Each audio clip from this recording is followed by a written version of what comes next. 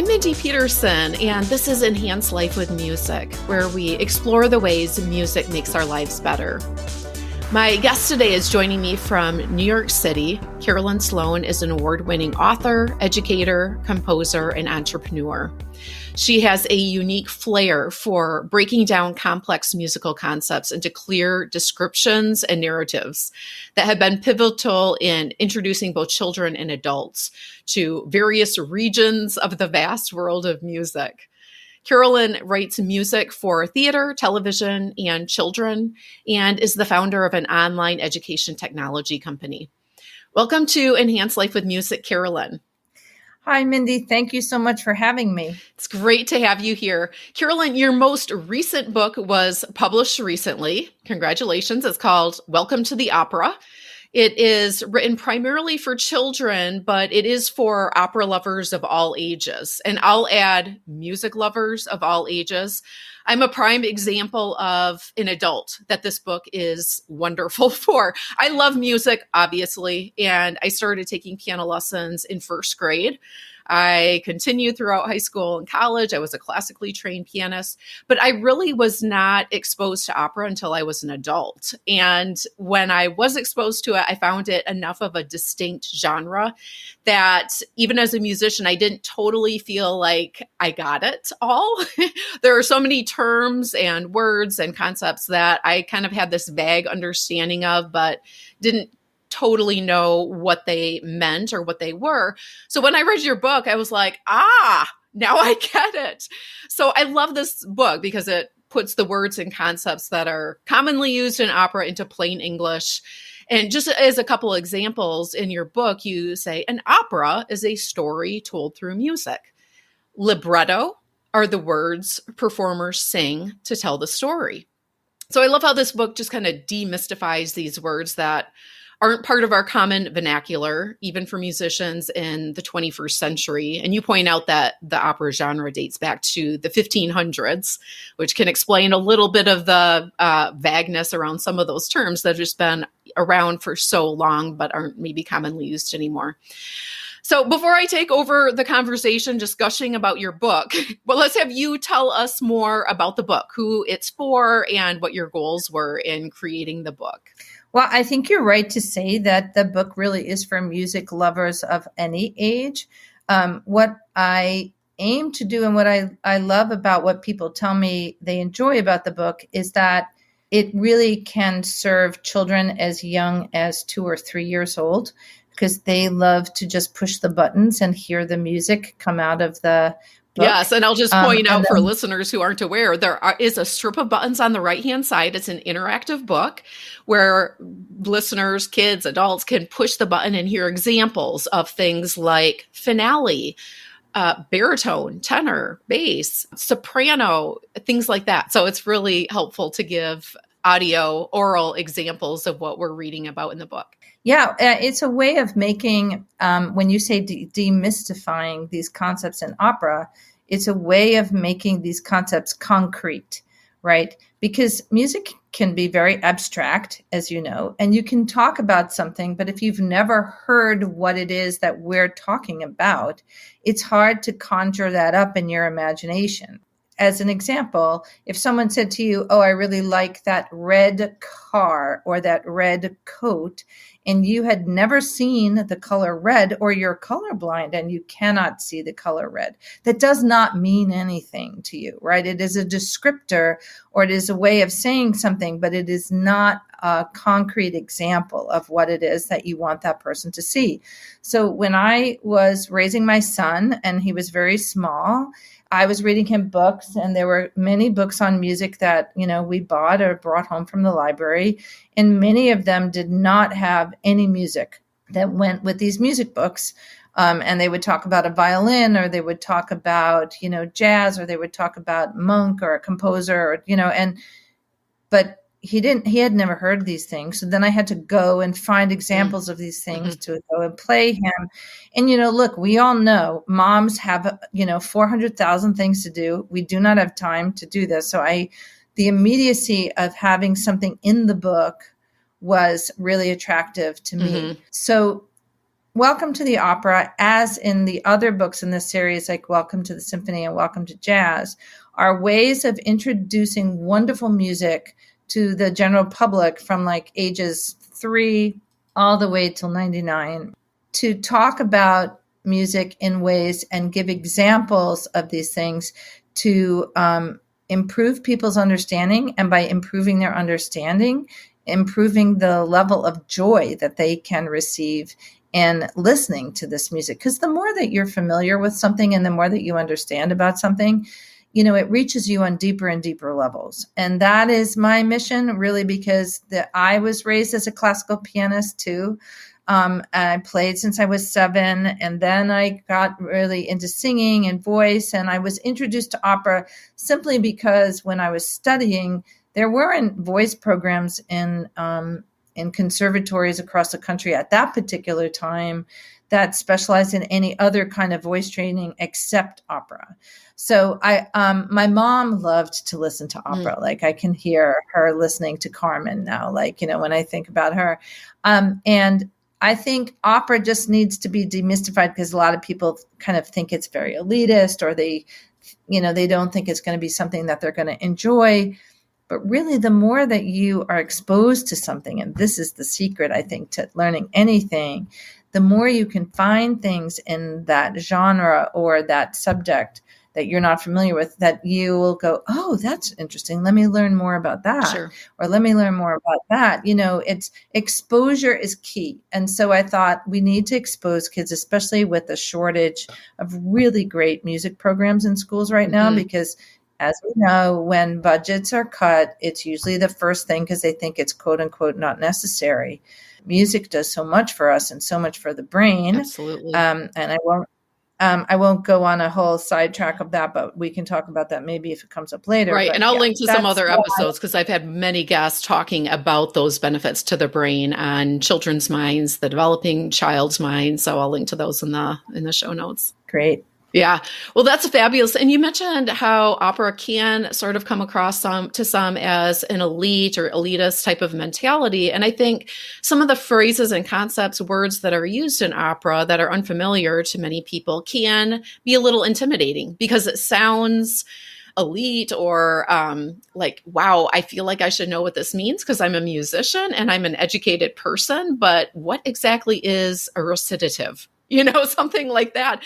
And you don't want to be, the dud who's like, what exactly is that? So, well, first I'll pronounce it. It's recitative. There you go. See? Yeah. But that's okay, because I don't think anybody would necessarily know what recitative is. But then once you can define it, and then you recognize what it is when you hear it, it just makes it that much more enjoyable because you're familiar with it. And that's what we don't understand. Like, pop music is pop music because, let's be real, a lot of it sounds very similar to everything else. So it's comforting in a sense because you can recognize it right away, right? So stuff that's new takes a minute to digest, Sure. Recitative is, it's a fancy word for something that is pretty simple, which is singing sounds like conversation, that sounds like talking. It's not necessarily a refrain like a chorus. It's something that's just a conversation, like just talking words. Like you wouldn't make necessarily an aria, like a song, out of, hello, what are you looking for? Who are you looking for?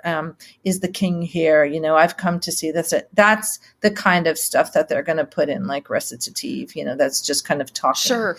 Right. And that makes me think of the popularity of Hamilton. Have you seen any kind of resurgence in interest in opera as a result of the incredible popularity of Hamilton? Well, it's interesting you say that. Obviously, Hamilton is like one of, or the most popular musical of all time, aside from like shows like Wicked and other big blockbusters like that.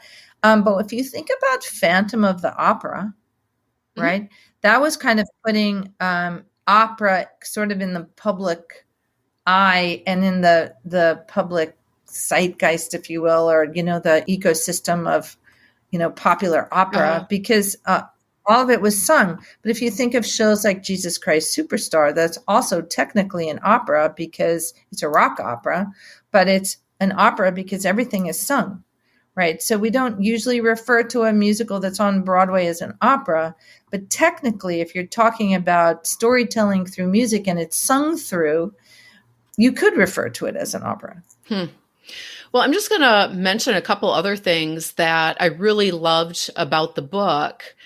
Something as simple as the illustration showing a female conductor. There aren't a lot of female conductors. And I love that you show in the illustration a female conductor.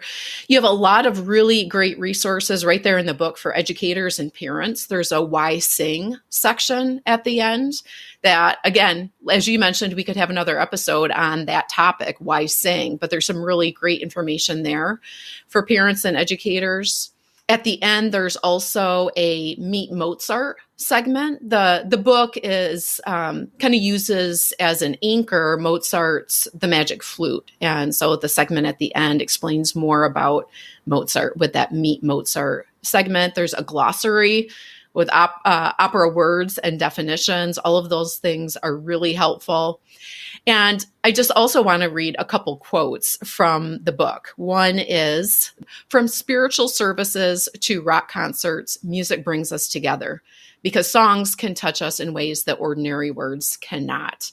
And that is such a foundational concept and it's so true. I mean, music definitely expresses things that words cannot. It reaches us in ways that words cannot.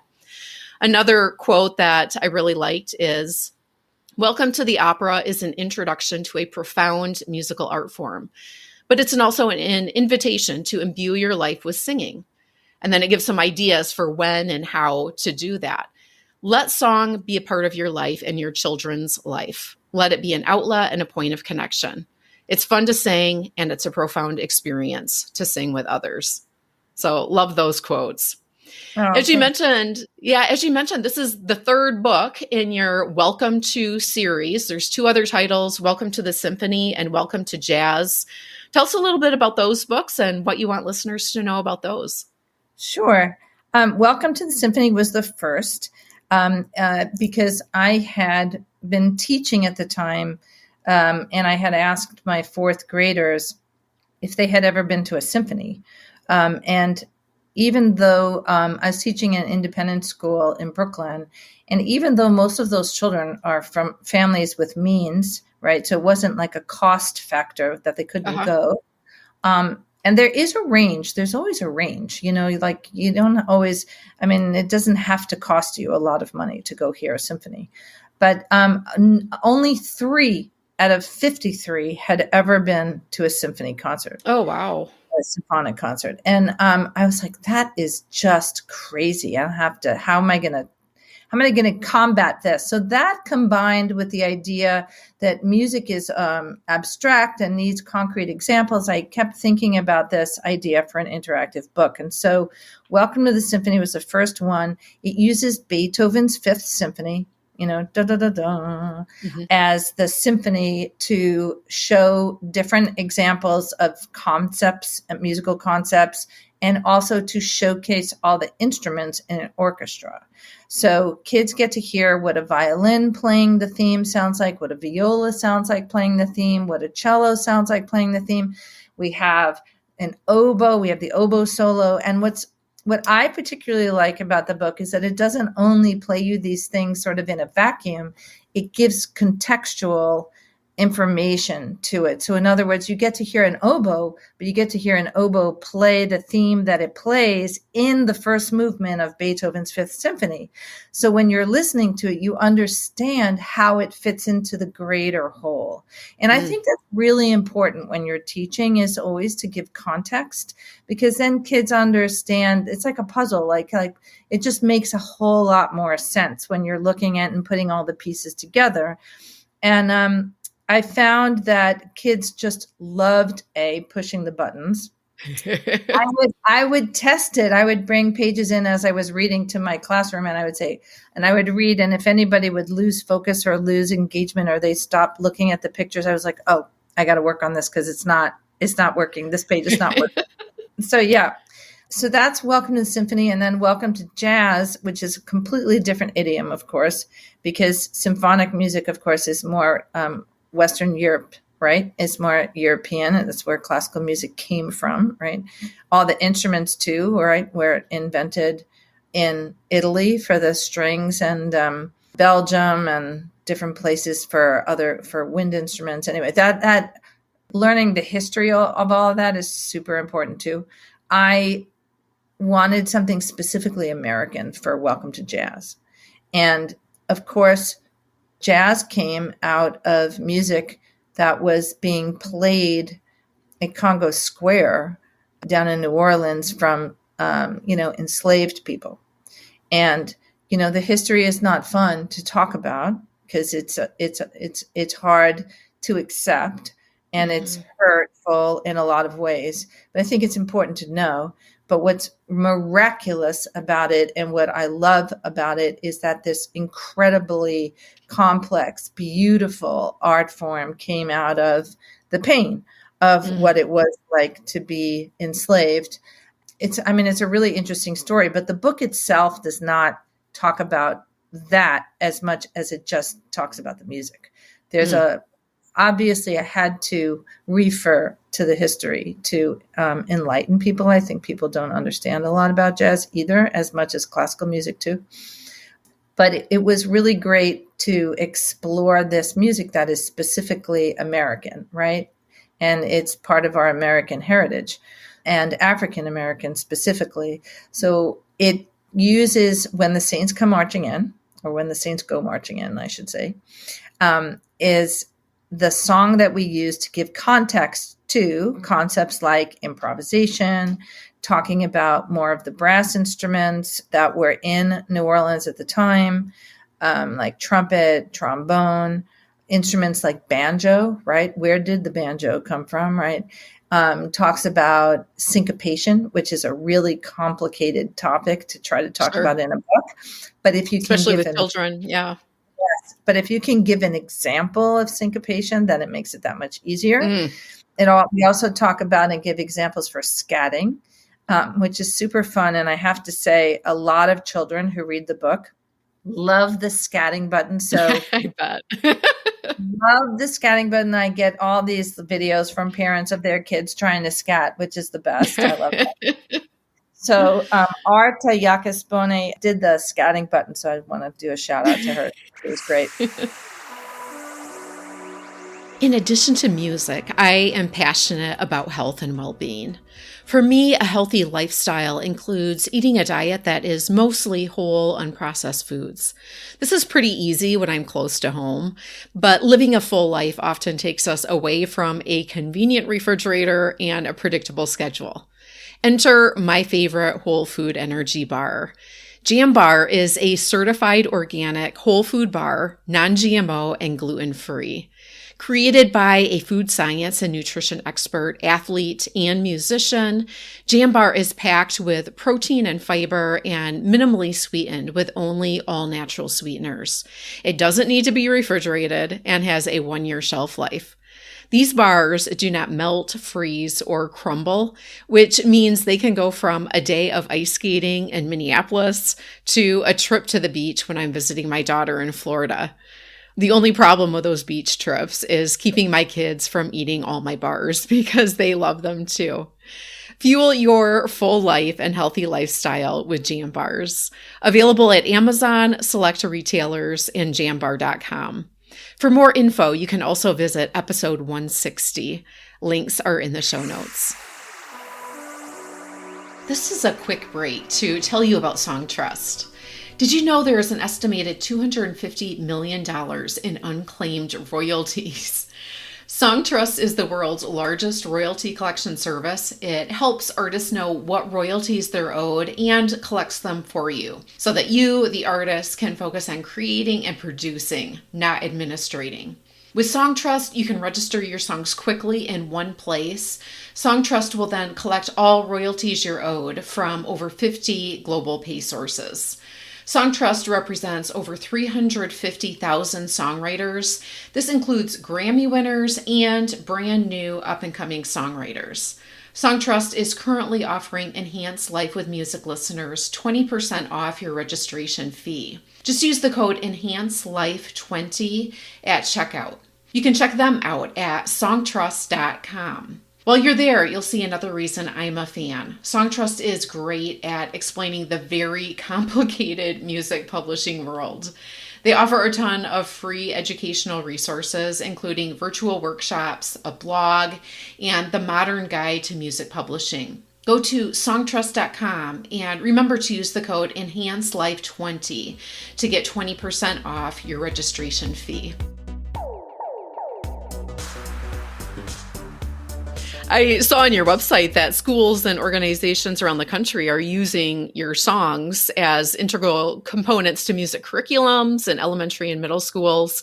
In my day job, I work a lot with K through 12 music teachers. Can you tell us some more about how schools are using your songs and your books as resources and as part of their music curriculum? Oh, sure. Well, I just want to say a shout out to all the music teachers across the country. Yay for you, and thank you for doing the good work, because Absolutely. I did it for over 20 years, and I know how difficult it can be and challenging and incredibly rewarding at the same time. But thank you. I just want to say thank you Ditto. to teachers in general, but especially music teachers. So the books are an integral part, I think, of music appreciation for a lot of it. Gives teachers a way in to teach about things that, are not so easy to make interactive and interesting for kids sometimes. Like, you just don't know how do I play a symphony for my kids and make it fun, right? How do I talk about jazz or talk about the history of jazz, or so this is just a great diving off point. And I think teachers have really enjoyed using it as such, that they'll read the book, they'll talk about the concepts, they'll play the music. You can even attach the music. You can use a smart speaker or use a microphone or something like that, or to amplify the sound. Anyway, a lot of teachers have been using it that way in their music appreciation curriculums. And in terms of my songs, well, I was a music teacher for many years, and I had a choir that I was working with, and they were young. They were like second, third, and fourth graders. Now, those of you who know what choral music is like, a lot of the great choral music is written for high schoolers or junior high schoolers and above. And the stuff for little kids it's like really too babyish, a lot of them. And okay. Or it's just too hard, or it's not something in their vernacular, meaning they don't want to sing it. Okay. Is a lot of that music, has it been around for a long time and kids have just changed? I mean, today's 10-year-old is not the same as a 10-year-old in the 70s or the 80s. Well, exactly. But I think it started even in the 70s and 80s that kids, with media, and computers, and, kids have access to so much more information, and television. We're just in a different space right now. So what I did was sort of take the popular song form. And if I knew, for instance, that I wanted kids to learn how to sing in counterpoint, I would write something that was contrapuntal, meaning, and, for those out there that this is unfamiliar vocabulary, counterpoint is just two different lines of music sung at the same time. So it's like two separate melodies, but sung that fit together, that can be sung at the same time. So I would just create one. I would create a song. I was a songwriter really from the time that I was a teenager. So this is not a skill that I have. And I just started writing pieces for the kids based on, more popular song forms, but at the same time, making them rich with the concepts that they needed to learn, like counterpoint and harmony and, partner songs, singing two different songs at the same time, or, and kids really liked them. Not only did the kids like them, but their parents liked them. And so I have probably over 100 that I've written for seasons, for school holidays, for Dr. Martin Luther King's birthday, to celebrate different things, graduation, to celebrate winter, to celebrate the holidays, I have a million different, I have a song called Holiday Swing, and I started finding that the kids loved them. And then my friends who are also music teachers started asking for them. And that's kind of how it started. And those songs are available in printed score form? Yes, not all of them, but you can reach me through my website. And also on my website there, I have a little mini store that has a lot of them there for sale. And so you can buy them there. And J.W. Pepper, actually, the J.W. Pepper catalog also has some of my songs. Okay. So they're available in printed format, also recorded, or no? Yes, a lot of them are recorded. Not all of them are recorded, but I would say almost all of them are in printed form. Okay. And we'll for sure include your website in the show notes, but just for listeners who want to hear it, tell them where to find you. What's your website? So my website is carolynsloan.com. So it's www.carolynsloan.com. And Carolyn is spelled. I know there's multiple spellings, but go ahead and just spell it. Carolyn and Sloan, Sloan, no E. So it's not Caroline, it's Carolyn and Sloan without an E. Got it. Well, I want to hear about your ed tech company, but before we jump into that, I know we've really been focused on your Welcome to series of books, but you also wrote Finding Your Voice, a practical and spiritual guide to singing and living. What do you want listeners to know about that book before we jump into your online ed tech company? Well, actually, that's sort of a good transition from that book to the company, because I just was thinking about this actually recently, because what I was doing with my voice students many years ago was that I knew that as a singer, what's different about teaching voice than any other instrument is that the person, the singer, is the instrument themselves. Mm-hmm. And in order for them to get better, they can't just blindly follow some pedagogy that you're going to give them. They really have to experiment and see how that pedagogy sits and works with their own vocal apparatus.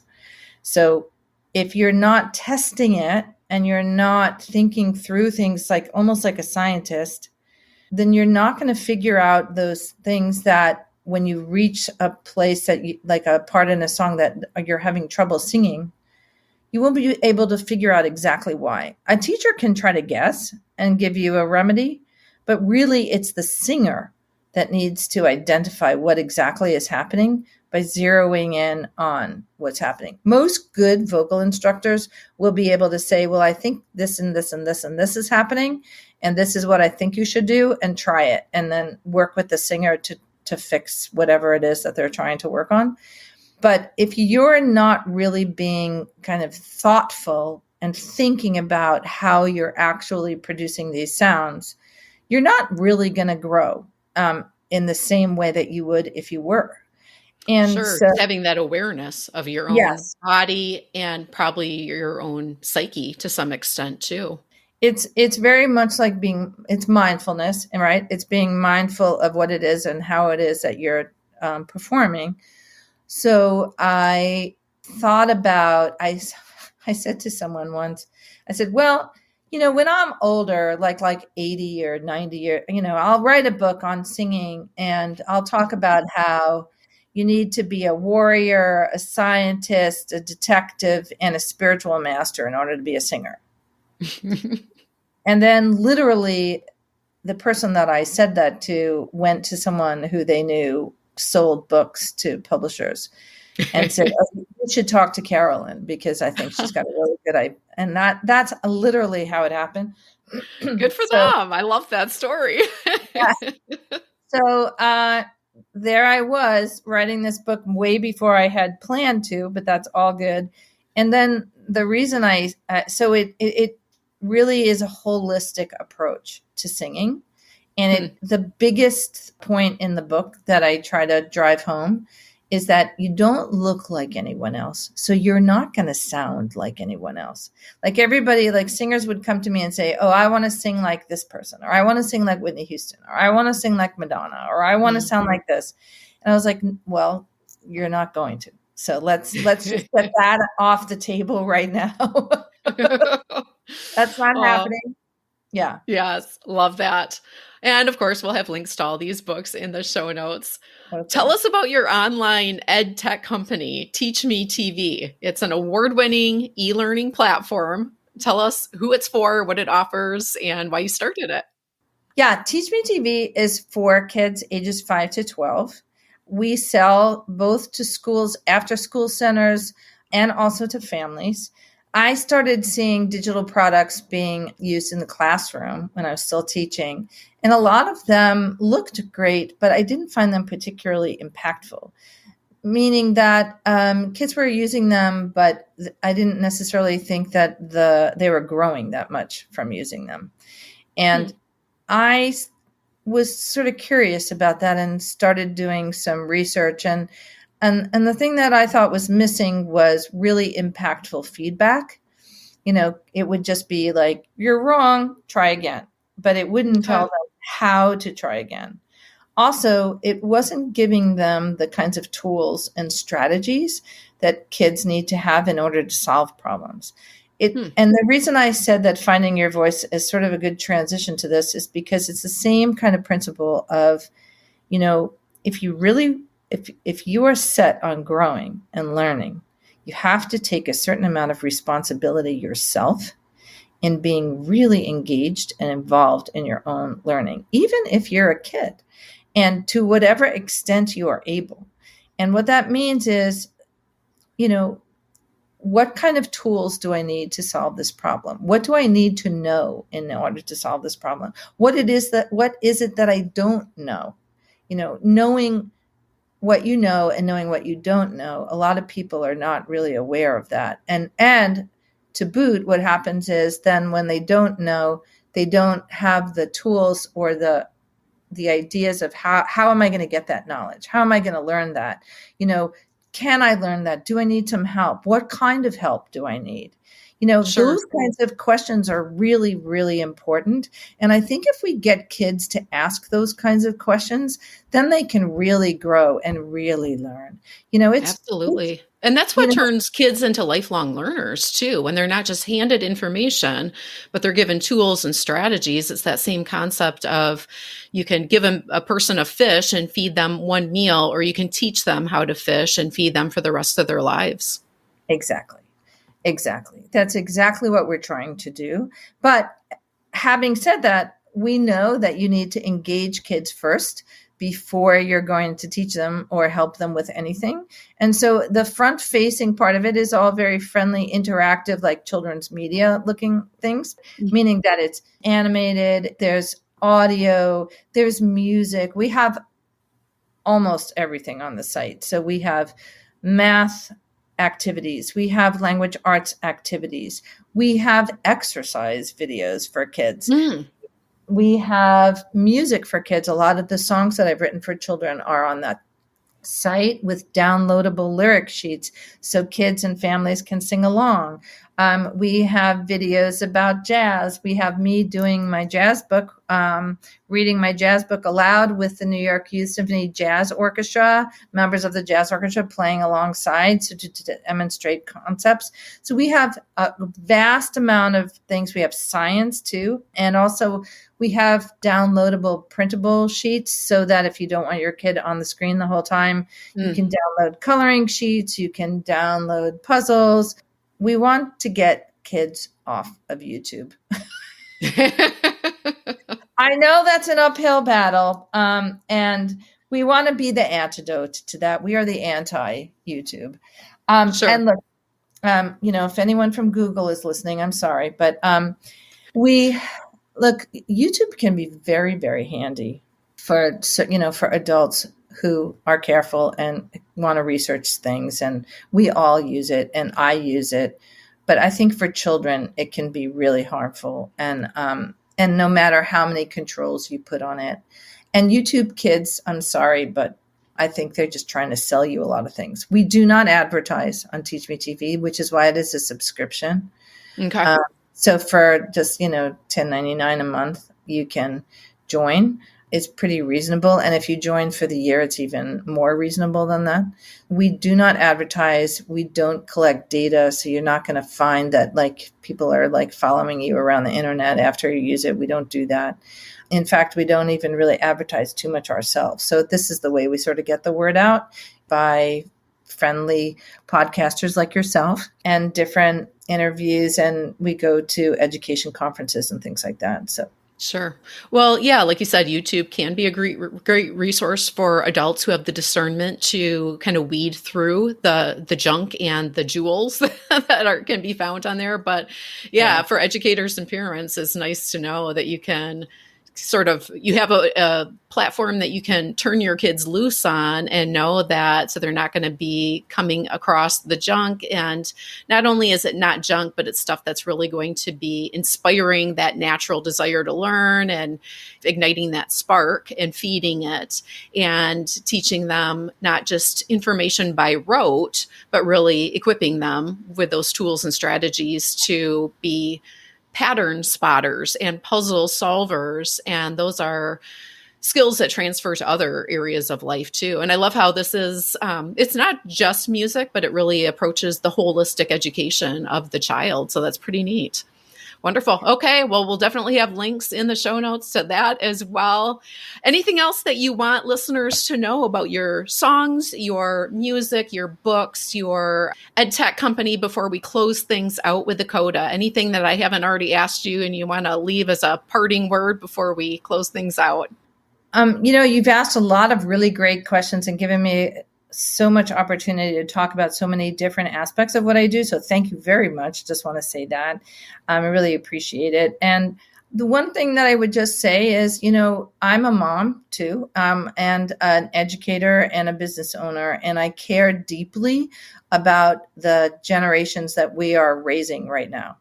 And I think it's super important for all of us educators and parents and business owners and everybody who cares about our kids in our country to think about what we're putting in front of children right now.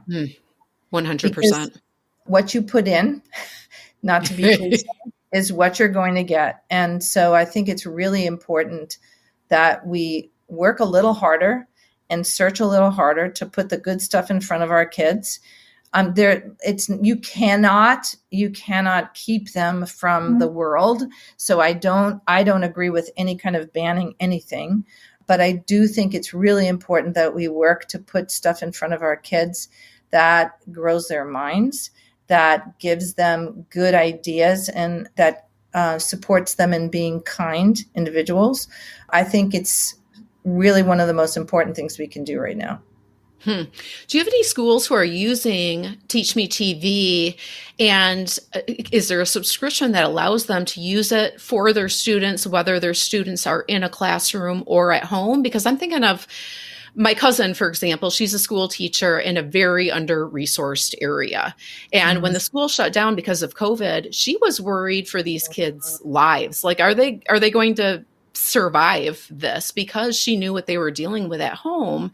And I'm thinking, if the school has a subscription that allows kids to tune into this platform and be learning and have wholesome, nurturing content they can access when they're not in the four walls of that classroom, they may have parents that aren't going to force that or enforce them using that versus some other unwholesome platform. But if there's enough of that spark that's been ignited in the child, they may choose that. Yes. And I just want to say also to all the educators out there, we do have school subscriptions, and we also sell subscriptions to individual teachers. And we have a year-round discount for teachers. It's 20% off all the time for a teacher. So all you need to do is tell us that you're an educator.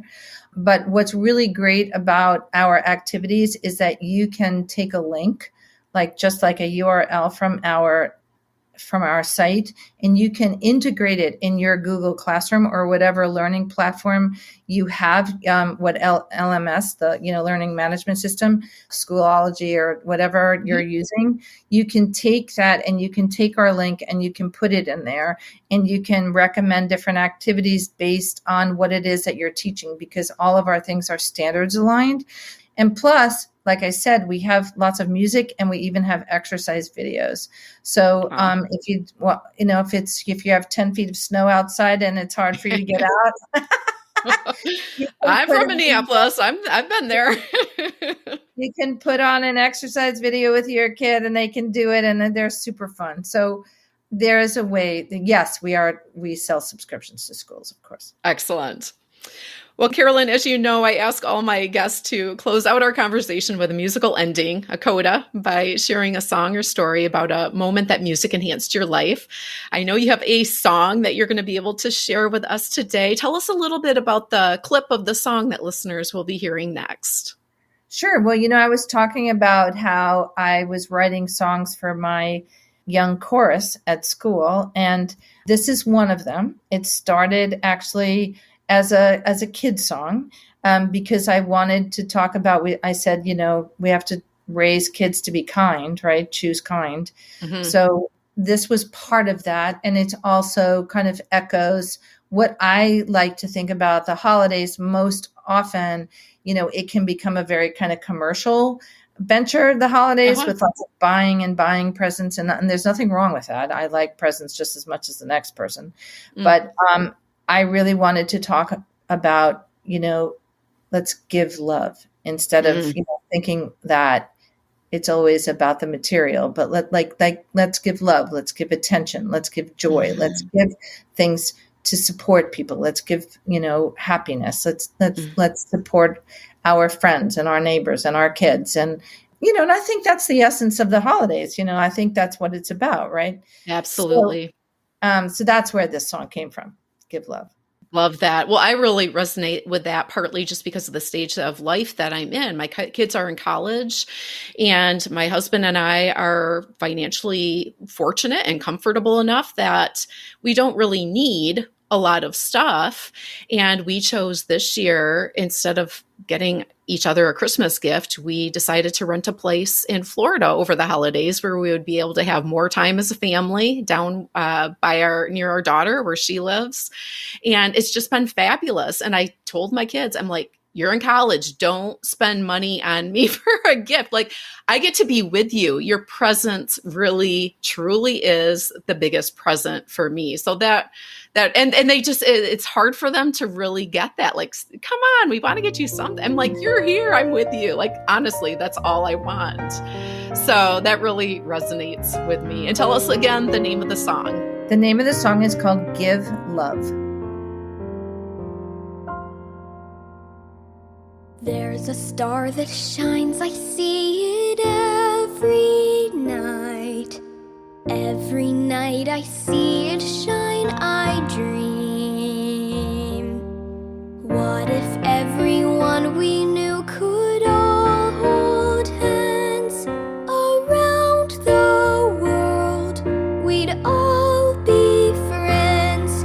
Give love, give hope, give laughter and give joy, give warmth, give dreams, give peace, give love, give hope, give harmony and song, give trust, give hugs and hope, that we can live in unity and love all humanity, share a world that cares for all everywhere. Take a look outside your window late tonight. What a great song. I love the theme of it, and it certainly is congruent with Carolyn's passion for providing our kids with quality input that grows their minds in healthy ways and supports them in being kind individuals. I think these topics are even more top of mind for many of us here in the US right now, as it's an election year. And it reminds me of a quote from a book that I highly recommend that speaks to the goal of giving love, being kind, and being united without feeling a need to be unanimous. We can give love and be respectful and have each other's backs, even when we don't agree on everything. The book is called I Think You're Wrong, But I'm Listening by Beth Holland and Sarah Silvers. I love the title, and the book is just as good as the title. I'm going to read a quick quote from the book that immediately came to my mind when I heard Carolyn's song. The quote says, "We will evolve individually and collectively, and will get closer to that more perfect union our founding fathers and mothers envisioned, one that is united without being unanimous. That is the promise of nuance. That is the power of saying, I think you're wrong, but I'm listening." That's the end of the quote. I'll put the link in the show notes to that book. Thank you so much to Carolyn for joining us today and for all she does to enhance lives with music through her books, her compositions, her Teach Me TV platform, and more. All of the links from today's conversation are in the show notes, as well as a transcript of this episode and links to related episodes you may enjoy, including episodes on the benefits of singing for our health and well-being, the neuroscience of making and listening to music, and helping children identify, express, and regulate emotions with music, with a guest who I really wish was old enough to have been around when my children were young. All Enhanced Life with Music episodes are evergreen, so check out the back catalog for more ways that music can make your life better. You'll find today's show notes at mpetersonmusic.com/podcast. This is episode 175. A link to the page is also in the episode details right in your podcast app. If you haven't already done so, be sure to hit the follow or plus button in whatever podcast app you use to listen. This is free and conveniently delivers each new episode to your device when it releases, so you don't have to search for it. I will be launching something new very soon. If you've already followed the show in your app, just sit back and you'll receive that update in your feed when it releases. If not, do yourself and the show a favor by hitting that plus or follow button, so each new episode is ready to go whenever you are ready to listen, whether that's on your commute, shuttling kids around, working out, or doing yard work, which usually includes shoveling snow for those of us in Minnesota right now. When you follow the show, this also helps us and helps others find the show. You can always connect with me on email, mindy@mpetersonmusic.com, Facebook, Instagram, Twitter, or LinkedIn. Until next time, may your life be enhanced with music.